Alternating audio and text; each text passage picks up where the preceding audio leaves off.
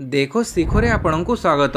ଆଜି ମୁଁ ଆପଣଙ୍କ ପାଇଁ ନେଇ ଆସିଛି ଦେଶ ବିଦେଶର 30ଟି ଗୁରୁତ୍ୱପୂର୍ଣ୍ଣ ଖବର। ଆପଣଙ୍କୁ ଅନୁରୋଧ ଭିଡ଼ିଓଟିକୁ ସମ୍ପୂର୍ଣ୍ଣ ଦେଖିବେ। ନମ୍ବର 1, ସେଣ୍ଟର ଅଫ୍ ଜୁଡ଼ିସିଆଲ ଆର୍କାଇଭ୍ର ଭିତ୍ତିପ୍ରସ୍ତର ସ୍ଥାପନ ଉଦ୍ଘାଟନ କଲେ ମୁଖ୍ୟମନ୍ତ୍ରୀ। ହାଇକୋର୍ଟ କର୍ମଚାରୀଙ୍କ ପାଇଁ ଆବଶ୍ୟକ କମ୍ପ୍ଲେକ୍ସ ଓ ସେଣ୍ଟର ଫର୍ ଜୁଡ଼ିସିଆଲ ଆର୍କାଇଭ୍ ବିଲ୍ଡିଂର ଭିତ୍ତିପ୍ରସ୍ତର ସ୍ଥାପନ କଲେ ମୁଖ୍ୟମନ୍ତ୍ରୀ ନବୀନ ପଟ୍ଟନାୟକ। ଏହି ଅବସରରେ ମୁଖ୍ୟମନ୍ତ୍ରୀଙ୍କ ସହ ସୁପ୍ରିମକୋର୍ଟର ପୂର୍ବତନ ବିଚାରପତି ଜଷ୍ଟିସ୍ ବିନୀତ ଶରଣ, ହାଇକୋର୍ଟର ମୁଖ୍ୟ ବିଚାରପତି ଡକ୍ଟର ଜଷ୍ଟିସ୍ ଏସ୍ ମୁରଲୀଧର ଓ ହାଇକୋର୍ଟର ଅନ୍ୟ ବିଚାରପତିମାନେ ଯୋଗ ଦେଇଥିଲେ। ଏହି ଦୁଇଟି ପ୍ରକଳ୍ପ ମଧ୍ୟରୁ ସବୁଠାରୁ ଅଧିକ ଗୁରୁତ୍ୱପୂର୍ଣ୍ଣ ହେଉଛି ସେଣ୍ଟର ଫର୍ ଜୁଡ଼ିସିଆଲ ଆର୍କାଇଭ୍ ବିଲ୍ଡିଂର ପ୍ରକଳ୍ପ। ଏହି ଜୁଡ଼ିସିଆଲ ଆର୍କାଇଭ୍ ବିଲ୍ଡିଂ ବା ସଂଗ୍ରହାଳୟ ପାଇଁ 34 କୋଟି ଟଙ୍କାର ବ୍ୟୟବରାଦ କରାଯାଇଛି। ଏଠାରେ 200 ବର୍ଷର ପୁରୁଣା ବିଭିନ୍ନ ନ୍ୟାୟିକ ଦସ୍ତାବିଜ ସଂଗ୍ରହିତ ହୋଇ ରହିବ, ଯାହା ଉପରେ ଗବେଷଣା କରାଯିବ। ସ୍ୱାଧୀନତା ପୂର୍ବର ବିଭିନ୍ନ ଦସ୍ତାବିଜକୁ ଏଠାରେ ସ୍ଥାନ ଦିଆଯିବ। ଏହି ଅବସରରେ ଶନିବାର ଶିଳାନ୍ୟାସ ହୋଇଥିବା ଦୁଇଟି ଯାକ ପ୍ରକଳ୍ପର ଡିଜାଇନଗୁଡ଼ିକୁ ମଧ୍ୟ ପ୍ରଦର୍ଶନ କରାଯାଇଥିଲା। ନମ୍ବର 2, ଶ୍ରୀମନ୍ଦିର ପରିକ୍ରମା ପ୍ରକଳ୍ପ ଅନୁଧ୍ୟାନ କଲେ ମୁଖ୍ୟ ଶାସନ ସଚିବ। ଆସନ୍ତା 3 ମାସ ମଧ୍ୟରେ ସରିବ ଶ୍ରୀମନ୍ଦିର ପରିକ୍ରମା ପ୍ରକଳ୍ପ ପ୍ରସଙ୍ଗ। 3 ମାସ ମଧ୍ୟରେ ସରିବ ଶ୍ରୀମନ୍ଦିର କାମ। ଏନେଇ ସୂଚନା ଦେଇଛନ୍ତି ମୁଖ୍ୟ ଶାସନ ସଚିବ ସୁରେଶ ମହାପାତ୍ର। ମୁଖ୍ୟ ଶାସନ ସଚିବ କହିଛନ୍ତି, ଶ୍ରଦ୍ଧାଳୁ ଭକ୍ତ ଜଗନ୍ନାଥ ପ୍ରେମୀଙ୍କ ଉଦ୍ଦେଶ୍ୟରେ ହେବ ସମର୍ପିତ। ସୂଚନା ଥାଉ କି ପୁରୀରେ ବିଭିନ୍ନ ଉନ୍ନୟନମୂଳକ ସୌନ୍ଦର୍ଯ୍ୟକରଣ କାର୍ଯ୍ୟର କରୁଛନ୍ତି ଅନୁଧ୍ୟାନ କରିଛନ୍ତି ମୁଖ୍ୟ ଶାସନ ସଚିବ ସୁରେଶ ଚନ୍ଦ୍ର ମହାପାତ୍ର। ପ୍ରଥମେ ସ୍ୱର୍ଗଦ୍ୱାର ଯାଇ ଏହାର ଉନ୍ନତିକରଣ ସୌନ୍ଦର୍ଯ୍ୟକରଣ କାର୍ଯ୍ୟର ଅନୁଧ୍ୟାନ କରିଛନ୍ତି। ଏଥିସହ ଶ୍ରୀମନ୍ଦିର ଚତୁଃପାର୍ଶ୍ୱରେ ଚାଲିଥିବା ଐତିହ୍ୟ ପରିକ୍ରମା ପ୍ରକଳ୍ପ ନିର୍ମାଣ କାର୍ଯ୍ୟର ମଧ୍ୟ କରିବେ ଅନୁଧ୍ୟାନ। ମୁଖ୍ୟ ଶାସନ ସଚିବଙ୍କ ସହ ଜିଲ୍ଲାପାଳ ସମର୍ଥ ବର୍ମା, ଅନ୍ୟାନ୍ୟ ପ୍ରଶାସନିକ ଅଧିକାରୀ ମଧ୍ୟ ଉପସ୍ଥିତ ଥିଲେ। ନମ୍ବର 3, ଉଚ୍ଚଶିକ୍ଷା ବିଭାଗକୁ ହାଇକୋର୍ଟଙ୍କ ଝଟକା, 3ଟି ଆଡଭାନ୍ସ ଇନକ୍ରିମେଣ୍ଟକୁ ପ୍ରତ୍ୟାହାର। ପିଏଚ୍ଡି କରିଥିବା ସରକାରୀ କଲେଜ ଅଧ୍ୟାପକଙ୍କୁ ପ୍ରଦାନ କରାଯାଇଥିବା 3ଟି ଆଡଭାନ୍ସ ଇନକ୍ରିମେଣ୍ଟକୁ ପ୍ରତ୍ୟାହାର ପ୍ରସଙ୍ଗରେ ଉଚ୍ଚଶିକ୍ଷା ବିଭାଗକୁ ଝଟକା ଲାଗିଛି। ଉଚ୍ଚଶିକ୍ଷା ବିଭାଗର 2015 ଜାନୁଆରୀ 7ର ଏପରି ନିର୍ଦ୍ଦେଶ ଆଇନ ଅନୁସାରେ ଗ୍ରହଣୀୟ ନୁହେଁ ବୋଲି ହାଇକୋର୍ଟ କହିଛନ୍ତି। ଏଥିସହିତ ଆବେଦନକାରୀ ଅଧ୍ୟାପକଙ୍କୁ ପୂର୍ବ ଭଳି ଇନକ୍ରିମେଣ୍ଟ ସୁବିଧା ପ୍ରଦାନ କରାଯିବ ବୋଲି ହାଇକୋର୍ଟ ନିର୍ଦ୍ଦେଶ ଦେଇଛନ୍ତି। ଜଷ୍ଟିସ୍ ବିରଜା ପ୍ରସନ୍ନ ଶତପଥୀଙ୍କୁ ନେଇ ଗଠିତ ଖଣ୍ଡପୀଠ ଡକ୍ଟର ଦୈତାରୀ ସାହୁଙ୍କ ଆବେଦନର ଶୁଣାଣି କରି ଏପରି ନିର୍ଦ୍ଦେଶ ଦେଇଛନ୍ତି। ଏଠାରେ ଉଲ୍ଲେଖଯୋଗ୍ୟ, ଯେଉଁମାନେ ଅଧ୍ୟାପକ ଅର୍ଥାତ୍ କଲେଜ ବ୍ରାଞ୍ଚ ପଦରେ ଅବସ୍ଥାପିତ ହେବା ପୂର୍ବରୁ ପିଏଚ୍ଡି କରିଥିବେ ସେମାନଙ୍କୁ 3ଟି ଆଡଭାନ୍ସ ଇନକ୍ରିମେଣ୍ଟ ପ୍ରଦାନ ପାଇଁ 2014 ଅଗଷ୍ଟ 5ରେ ଉଚ୍ଚଶିକ୍ଷା ବିଭାଗ ନିର୍ଦ୍ଦେଶ ଦେଇଥିଲା। ପରବର୍ତ୍ତୀ ସମୟରେ ଉଚ୍ଚଶିକ୍ଷା ବିଭାଗ 2015 ଜାନୁଆରୀ 7ରେ ନିର୍ଦ୍ଦେଶନାମା ଜାରି କରି 2014 ଅଗଷ୍ଟ 5ର ଚିଠି ପ୍ରତ୍ୟାହାର କରିଥିଲା। ନମ୍ବର 4, ମୋଟା ଅଙ୍କର ପେନ୍ସନ ମାମଲାର ସମୀକ୍ଷା କରିବ ଇପିଏଫ୍ଓ। ଅଧିକ ପେନ୍ସନ ପାଇବା ଲାଗି ଆଇନରେ ଦିଆଯାଇଥିବା ସୁବିଧାକୁ ବ୍ୟବହାର ନ କରି ଯେଉଁ ସଦସ୍ୟମାନେ ମୋଟା ଅଙ୍କର ପେନ୍ସନ ପାଉଛନ୍ତି, ସେଭଳି ମାମଲାଗୁଡ଼ିକର ସମୀକ୍ଷା କରିବାକୁ କର୍ମଚାରୀ ଭବିଷ୍ୟନିଧି ପାଣ୍ଠି ସଂଗଠନ ଇପିଏଫ୍ଓ ନିଷ୍ପତ୍ତି ନେଇଛି। 2014 ସେପ୍ଟେମ୍ବର 1 ପୂର୍ବରୁ ଅବସର ନେଇଥିବା ଯେଉଁ କର୍ମଚାରୀମାନେ ଅଧିକ ପେନ୍ସନ ପାଉଛନ୍ତି, ସେମାନଙ୍କ ପେନ୍ସନର ସମୀକ୍ଷା କରାଯିବ। କେବଳ ମାମଲାର ସମୀକ୍ଷା କରାଯିବ ନାହିଁ। ଯେଉଁ କ୍ଷେତ୍ରରେ ସଦସ୍ୟ ଅଧିକ ପେନ୍ସନ ନେଉଛନ୍ତି ବୋଲି ପ୍ରମାଣିତ ହେବ, ତାଙ୍କଠାରୁ ଅଧିକ ଦିଆଯାଇଥିବା ପେନ୍ସନ ରାଶିକୁ ଫେରସ୍ତ ଆଣିବା ଲାଗି ମଧ୍ୟ ଉଦ୍ୟମ କରାଯିବ। ଏ ସଂକ୍ରାନ୍ତରେ ଚଳିତ ମାସ 25ରେ ଇପିଏଫ୍ଓ ଏକ ସର୍କୁଲାର ଜାରି କରିଛି। ଏଥିରେ ଉଲ୍ଲେଖ କରାଯାଇଛି ଯେ, ଅଧିକ ପେନ୍ସନ ପାଇବା ଲାଗି କୌଣସି ବିକଳ୍ପକୁ ଚୟନ ନ କରି ଯେଉଁମାନେ ମୋଟା ଅଙ୍କର ପେନ୍ସନ ନେଉଛନ୍ତି, ସେମାନଙ୍କୁ ଧାର୍ଯ୍ୟ ସୀମାଠାରୁ ଦିଆଯାଇଥିବା ଅଧିକ ପେନ୍ସନ ରାଶିକୁ ବନ୍ଦ କରାଯିବ। ଜାନୁଆରୀ ମାସଠାରୁ ସେମାନଙ୍କୁ ଆଉ ଅଧିକ ପେନ୍ସନ ଦିଆଯିବ ନାହିଁ। ପାଣିପାଗ ସୂଚନା। ମାଘ ମାସରେ ଅସ୍ତବ୍ୟସ୍ତ କଲାଣି ଟାଇଁ ଟାଇଁ ଖରା। ଶୀତ ଗାଏବ, ଗରମ ମାଡ଼ି ଆସିଲାଣି। ଦିନରେ ଟାଏଁ ଟାଏଁ ଖରା, ରାତିରେ ବି ବିନା ପଙ୍ଖାରେ ନିଦ ହେଉନି। ମାଘ ମାସରେ ଏମିତି ଅସ୍ୱାଭାବିକ ଗରମ ନାକେଦମ କଲାଣି। ଏବେଠାରୁ ଦିନ ତାପମାତ୍ରା 35 ଡିଗ୍ରୀ ଛୁଇଁଲାଣି। ଆଗକୁ କିଭଳି ଅସହ୍ୟ ଗରମ ହେବ ତାକୁ ନେଇ ଚିନ୍ତା ବଢ଼ିଲାଣି। ଆଞ୍ଚଳିକ ପାଣିପାଗ କେନ୍ଦ୍ରର ସୂଚନା ମୁତାବକ ଗତକାଲି ରାଜ୍ୟର 11ଟି ସ୍ଥାନରେ ଦିନର ସର୍ବୋଚ୍ଚ ତାପମାତ୍ରା 33 ଡିଗ୍ରୀ କିମ୍ବା ତାଠାରୁ ଅଧିକ ରହିଛି। ବୌଦ୍ଧ ତାପମାତ୍ରା ସର୍ବାଧିକ 35 ଡିଗ୍ରୀ ଥିବାବେଳେ ତାଳଚେରରେ 34.4 ଡିଗ୍ରୀ ଏବଂ ଭୁବନେଶ୍ୱର 34 ଡିଗ୍ରୀ ରହିଥିଲା। କେବଳ ଦିନ ନୁହେଁ, ରାତିର ତାପମାତ୍ରା ମଧ୍ୟ ସ୍ୱାଭାବିକ ଠାରୁ 3ରୁ 4 ଡିଗ୍ରୀ ଅଧିକ ରହୁଛି। ଏବେ ଏଭଳି ପାଗ କିଛି ପରିବର୍ତ୍ତନ ହେବାର ସମ୍ଭାବନା ନାହିଁ। ସତ ହେବାରେ ଲାଗିଛି ପାଣିପାଗ ବୈଜ୍ଞାନିକଙ୍କ ଆକଳନ। ଆଗକୁ ଗ୍ରୀଷ୍ମ ଋତୁରେ ସାରା ଓଡ଼ିଶାରେ ଅସହ୍ୟ ଖରା ହେବ ବୋଲି ଏବେଠୁ ଯେମିତି ଇସାରା ମିଳିଲାଣି। ନମ୍ବର 6, ଜରୁରୀକାଳୀନ ପରିସ୍ଥିତି ପାଇଁ ଛୁଟି ଦିନରେ ଖୋଲା ରହିବ ଓଟି। ରବିବାର ଓ ମାସର ଦ୍ୱିତୀୟ ଚତୁର୍ଥ ଶନିବାର ଅର୍ଥାତ୍ ସରକାରୀ ଛୁଟିରେ ସରକାରୀ ସ୍ୱାସ୍ଥ୍ୟାନୁଷ୍ଠାନରେ ଓଟି ବା ଅସ୍ତ୍ରୋପଚାର ବନ୍ଦ ରହିବାକୁ ନେଇ ସ୍ୱାସ୍ଥ୍ୟ ବିଭାଗ ଉଦ୍ବେଗ ପ୍ରକାଶ କରିଛି। ସରକାରୀ ସ୍ୱାସ୍ଥ୍ୟାନୁଷ୍ଠାନ ଉପରେ ନିର୍ଭର କରୁଥିବା ଗରିବ ଲୋକମାନେ ଏହା ଯୋଗୁଁ ଉପକୃତ ହୋଇପାରୁନାହାନ୍ତି। ଏପରିକି ସେମାନଙ୍କୁ ବାଧ୍ୟ ହୋଇ ଘରୋଇ ହସ୍ପିଟାଲ ଉପରେ ନିର୍ଭର କରିବାକୁ ପଡ଼ୁଛି। ଏହାସହ ରାଜ୍ୟରେ ବିଜୁ ସ୍ୱାସ୍ଥ୍ୟ କଲ୍ୟାଣ ଯୋଜନା ଅର୍ଥାତ୍ ବିଏସ୍କେୱାଇ ଫଳପ୍ରଦ ହୋଇପାରୁନାହିଁ। तेणु जरूरी परिस्थिति ପାଇଁ छुट्टी दिन में ओटी खोला रखा लगी स्वास्थ्य विभाग पक्षर निर्देश दि जाइछि। एही मर्मरे विभाग पक्षर डीएमईटी और स्वास्थ्य सेवा निर्देशकों को चिठी जारी होइछि। सेहीपरि मेडिकल कॉलेज रे निश्चितक विशेषज्ञ सर्जन और अन्य पारामेडिक्स को नहीं जरूरी परिस्थिति पई 24 घंटिया ओटी खोलिबा पई व्यवस्था करा जिवो। जातीय मेडिकल कमिशन निर्देशावली अनुसार एही समस्त पदवी पूरण न हेबा पर्यंत धार्य मानव समडरे यह जारी रहिबो बोली विभाग पक्षर कह जाइछि। नंबर 7 मो मोबाइल मो मार्केट ऑनलाइन एप्लिकेशन लोकार्पित। ऑनलाइन बजार में ग्राहक मैंने सीधा सड़क किणवे कृषि उत्पाद फल उभय क्रय विक्रय आउ समस्या हेब नाही। एभली एक प्रयास आरंभ करिछि ओरमास। ओरमास पंचायतीराज और पानीय जल विभाग मिलित उद्यम महिला उत्पादक ग्राहक मानक मध्य सीधा सड़क संपर्क स्थापन पर प्रचेषा कर मो मोबाइल मो मार्केट नामक ऑनलाइन एप्लिकेशन प्रदर्शनी कृषि भवन ऑडिटोरियम रे लोकार्पण कर ई मार्केटिंग प्लाटफॉर्म मार्केट मीटिंग एक अंश अटे जहाँ आईआईटी बॉम्बे द्वारा प्रस्तुत कर ऑनलाइन बजार में ग्राहक मैंने सीधा सड़क विभिन्न संस्था कृषि उत्पाद किणी पारिबे। सही बड़ी 10,000 कृषि उत्पादक संस्था को सशक्त करने दिगरे विभिन्न कार्यपंथा अपना जाउछि बोली ओरमास पक्षर सूचना मिली। नंबर 8 15तम टाइम पास बुकर पुरस्कार पाइबे अमिय बेज। गाड़पिक अमिय बेज तांको गल्प पांडुलिपि मोह पाई चलित वर्ष टाइम पास बुकर पुरस्कार पाई मनोनीत होइछंती। युव कथाकार मानक उत्साहित करने लगी प्रकाशन संस्था टाइम पास पक्षर 45 वर्ष बयस सीमार कथाकार को प्रतिवर्ष प्रदान कर पुरस्कार आसंता फेब्रुआरी 12 तारिख में प्रदान कर टाइम पास बेस्ट सेलर पुरस्कार पाई चलित वर्ष गल्प विभाग रे देवप्रकाश दासंक शिलालेख एवं कविता विभाग रे कमल कुमार महांती हृदय राग पुस्तक योग्य विवेचित होइछि। बही सह गभीर संपृक्ति ପାଇଁ प्रदान कर जाउथिबा टाइम पास बही बंधु सम्मान चलित वर्ष राजकिशोर महापात्र को प्रदान कर जाउछि। एथि सहित प्रतियोगिता भित्तिरे नुआ पीढ़ीर 30 जन लेखकों को उदय राग सम्मान और 10 जन को प्रथम पुरस्कार मध्य प्रदान करा जिवो। नंबर 9 बदलिला राष्ट्रपति भवन रे थिबा मोगल गार्डन रो नाम। केंद्र सरकार शनिवार नुआदिल्ली राष्ट्रपति भवन रे थिबा मोगल गार्डन रो नाम परिवर्तन करिसंती। याकू अमृत उद्यान नाम रे नामित करिसंती केंद्र सरकार। रविवार राष्ट्रपति द्रौपदी मुर्मू द्वारा नुआ करी नामित होइथिबा गार्डन को उद्घाटन करिसंती। जनवरी 31 रु मार्च 26 पर्यंत 2 मास पई यह खोला रहिबो।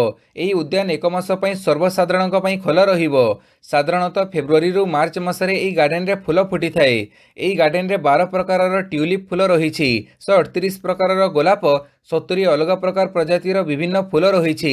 एही उद्यान को देशर प्रथम राष्ट्रपति डॉक्टर राजेंद्र प्रसाद साधारण लोकंक पई खोलिथिले। नंबर 10 राज्य में चिन्हट हेबे नकली डाक्तर।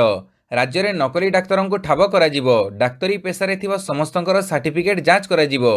जो डाक्तर निजको निर्दिष्ट विभाग स्पेशलिस्ट परि दर्शाई रोगी चिकित्सा करुछंती सेमानंकर भी सविशेष योग्यता प्रमाणपत्र जांच हेबो। एभली प्रक्रिया रे धरा पड़िथिबा नकली डाक्तरंक विरोध रे दृढ़ आईनगत कार्यानुष्ठान ग्रहण करा जिवो।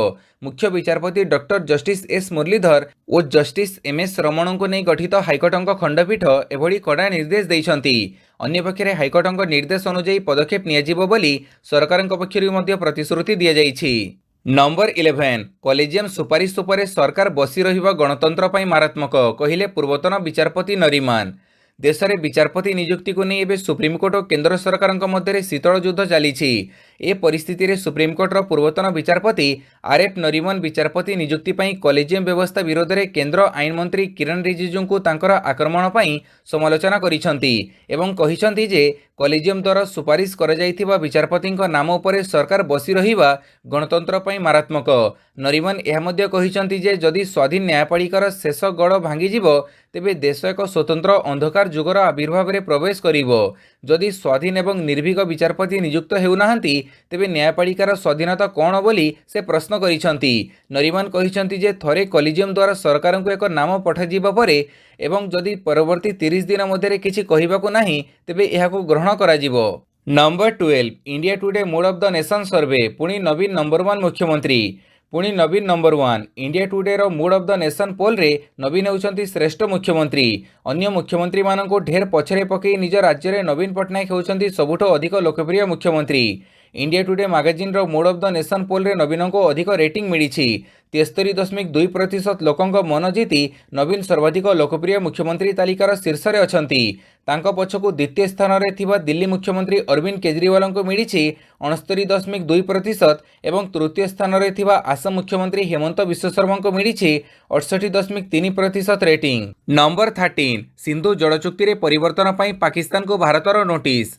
इंड्स वाटर ट्रिटी तथा सिंधु जल चुक्ति रे परिवर्तन आनिबा पई भारत पाकिस्तान को नोटिस करिछि। आईडब्ल्यूटी रो धारा XII 3 अनुଯାयी सिंधु जल चुक्तिर कमिशनर द्वारा भारत जनवरी 25 रे पाकिस्तान को नोटिस पठाई। सिंधु जल चुक्ति को कार्यकारी करिबा पई भारत सबुबेले समर्थन करि आसीछि, किंतु पाकिस्तान रो कार्य सिंधु जल चुक्तिर व्यवस्था एवं यार कार्यकारिता उपर प्रतिकूल प्रभाव पकईछि। एही कारण पई सिंधु जल चुक्ति रे किछि परिवर्तन आनिबा पई भारत पाकिस्तान को नोटिस पठाई। पाकिस्तान रो एकचाटिया नीति जोगु एही चुक्ति रे आवश्यक परिवर्तन रे विलंब होउछि बोली काली भारत कहिछि। नंबर 14 वायुसेनार 2 लढ़ुआ विमान क्राश, जड़े मृत। दुर्घटनाग्रस्त है 2 लढ़ुआ विमान। मध्यप्रदेशर मोरान रे वायुसेनार सुखोई 30 और मिरेज 2000 विमान क्राश होइछि। एथिरे जड़े पायलटों मृत्यु होइछि। मिलिथिबा सूचना मुताबक काली भोर रे अभ्यास निमंते एही 2टे लढ़ुआ विमान ग्वालियर स्थित महाराजपुर विमान घाटी उड़ाण आरंभ करिथिला। दुर्घटना पर तलाशी और उद्धार कार्य आरंभ होइछि। 2टी विमान परस्पर मध्य धक्का हेबा परे दुर्घटना घटिछि ना अन्य कोनोसी कारण रहिछि से नै तदंत हेबो। सूचना अनुसार दुर्घटना समय सुखोई 30 रे 2 जण पायलट थिबा बेले मिराज 2000 रे जणे पायलट थिले। 2 जण पायलटों सुरक्षित भावे उद्धार कर जाइथिबा बेले मिराज लढ़ुआ विमान रे थिबा जणे पायलटों मृत्यु होइछि। सेहीपरि सुखोई रो उद्धार होइथिबा 2 जण पायलटों मध्यरु जणे गुरुतर अछंती, तांको हॉस्पिटल रे भर्ती कर जाइछि। नंबर 15 भारत जोड़ो यात्रा रे सामिल होई राहुलंक सह चलिले महबूबा मुफ्ती। सुरक्षा रे अवहेला अभियोग करी शुक्रवार जम्मू कश्मीर रे भारत जोड़ो यात्रा बंद करिथिला कांग्रेस।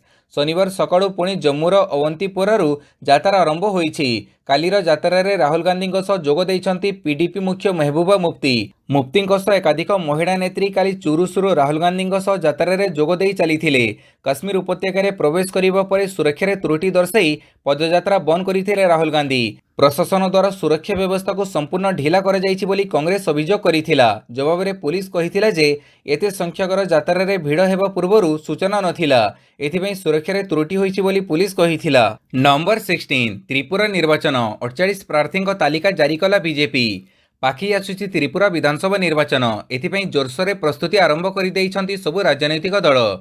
पुणी थे एटी पद्म फुटेइबाकू जोरदार कसरत करुछि बीजेपी। एहारी भितरे काली बीजेपी तार प्रार्थी तालिका जारी करिछि। त्रिपुरार 60टी आसन मध्यरु बीजेपी 48टी आसन पई प्रार्थी ना घोषणा करिछि। एथिरे 11 जण महिलांक ना सामिल अछि। मुख्यमंत्री माणिक साहू को बोर्दोबली सीट्रु प्रार्थी करिछि दल। उपमुख्यमंत्री जिष्णु देववर्मा 44 आसनरु निर्वाचन लढिबे।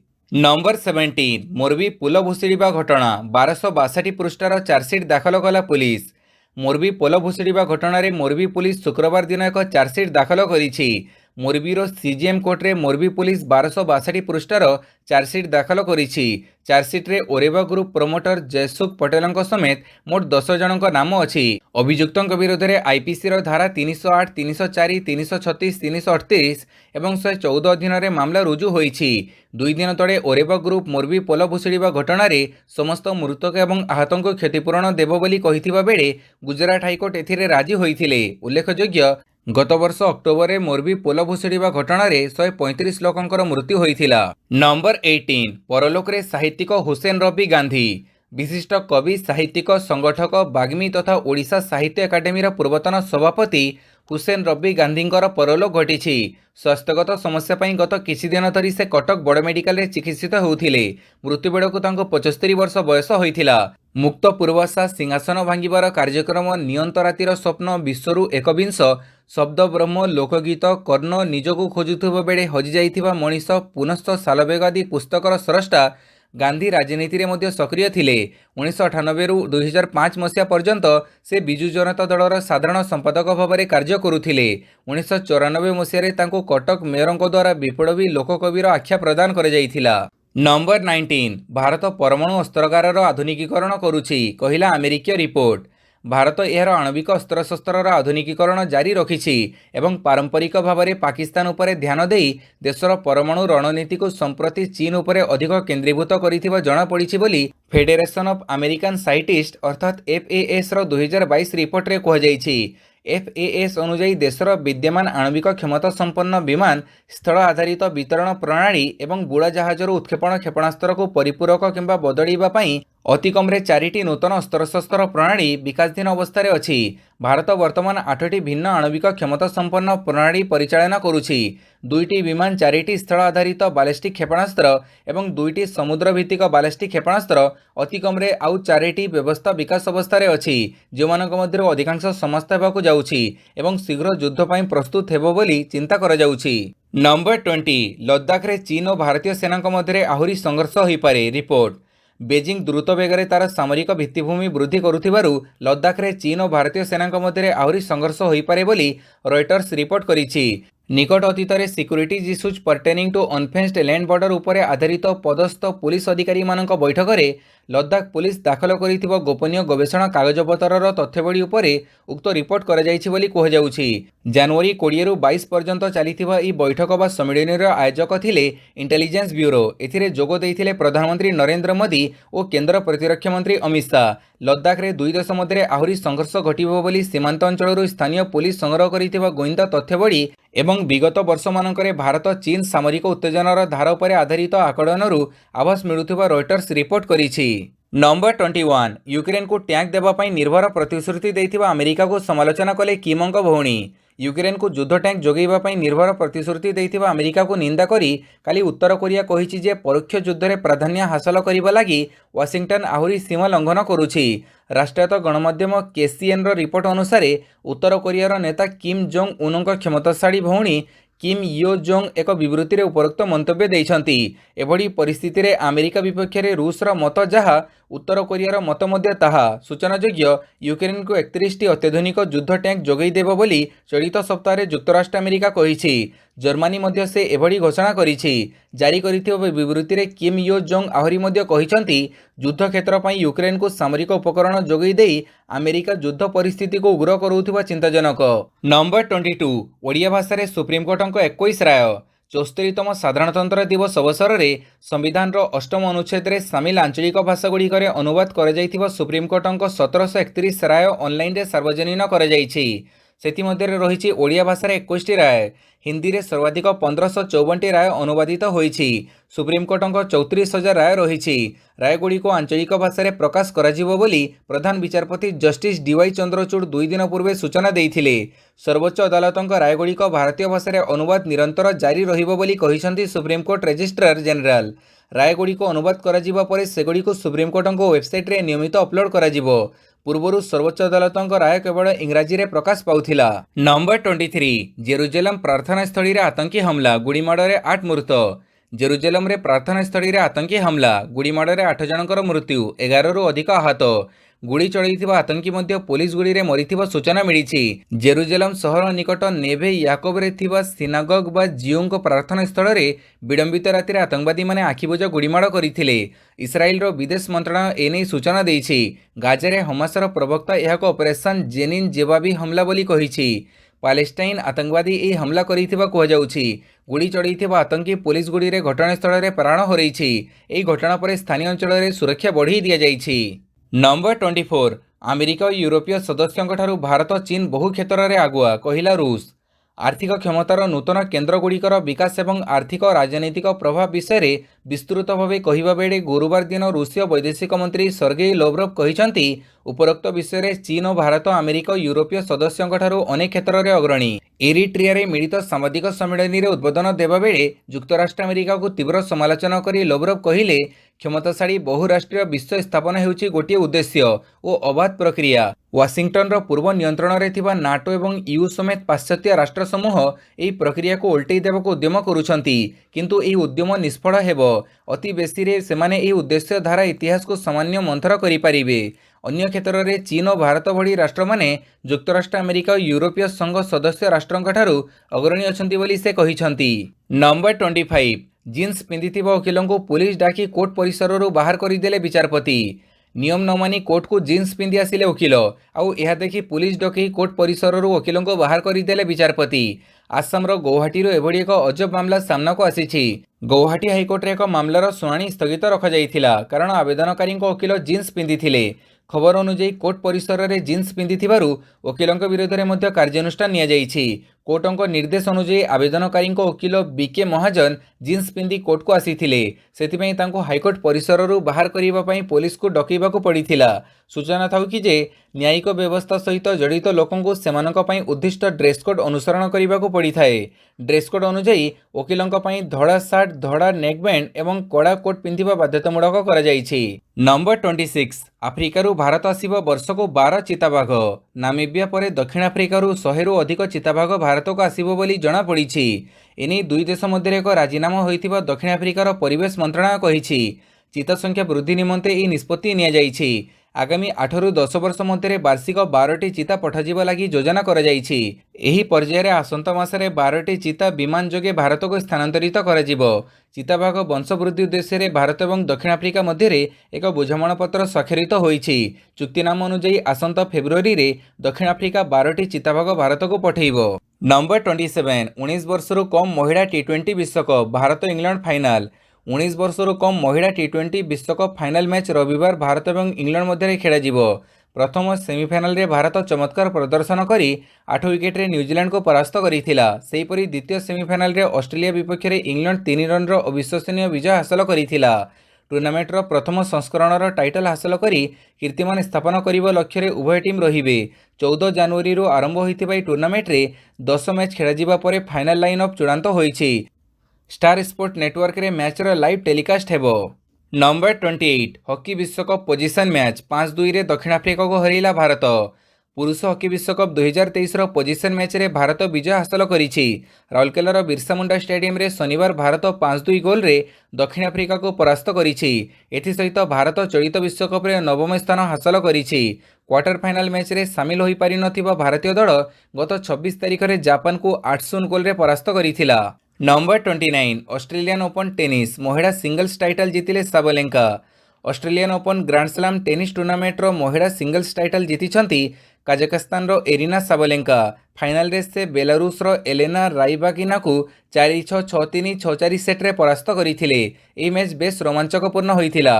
प्रथम सेट रे साबलेंका जीतिबा परे द्वितीय सेट को एलेना जीति नैथिले। तेबे निर्णायक सेट रे बाजी मारिथिले साबलेंका। यह तांको कैरियर प्रथम महिला सिंगल्स ग्रांड स्लैम टाइटल। से महिला डबल्स रे 2021 रे ऑस्ट्रेलियन ओपन और 2019 रे यूएस ओपन जीतिछंती। रविवार ग्रीस रो स्टेफनोस सिटिसिपास और सर्बियार 21 थर ग्रांड स्लैम टाइटल विजेता नोवाक जोकोविचଙ୍କ मध्य पुरुष सिंगल्स फाइनाल खेलाजिबो। नंबर 30 रणजी ट्रॉफी क्वार्टर रे प्रवेश करि पारिलानी मुंबई। चलित रणजी ट्रॉफी क्रिकेट रे शनिवार बड़ विपर्यय घटिछि। 41 थर विजेता मुंबई एथर क्वार्टर फाइनाल को उन्नीत होई पारिनी। शेष पुल मैच रे क्वार्टर को उन्नीत हेबा पई महाराष्ट्र विपक्ष रे मुंबई को निश्चित विजयर आवश्यकता रहिथिला। मात्र एही मैच ड्र रहिथिला। मुंबई विजय पई शेष दिन 253 रन रो आवश्यकता रहिथिला। 51 रन रे 4 विकेट हरैबा परे दल धीम बैटिंग करी 95 रन करिथिला। फଳରେ मैच अमीमांसित रहिथिला। अपर पक्ष रे क्वार्टर रे प्रवेश करि सारिथिबा सौराष्ट्र को तमिलनाडु 59 रन रे परास्त करिछि।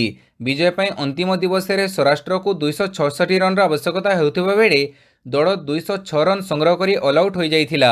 हार्दिक देसाई 101 रन करिथिले। भिडियोटी को संपूर्ण देखिथिबारु बहुत बहुत धन्यवाद।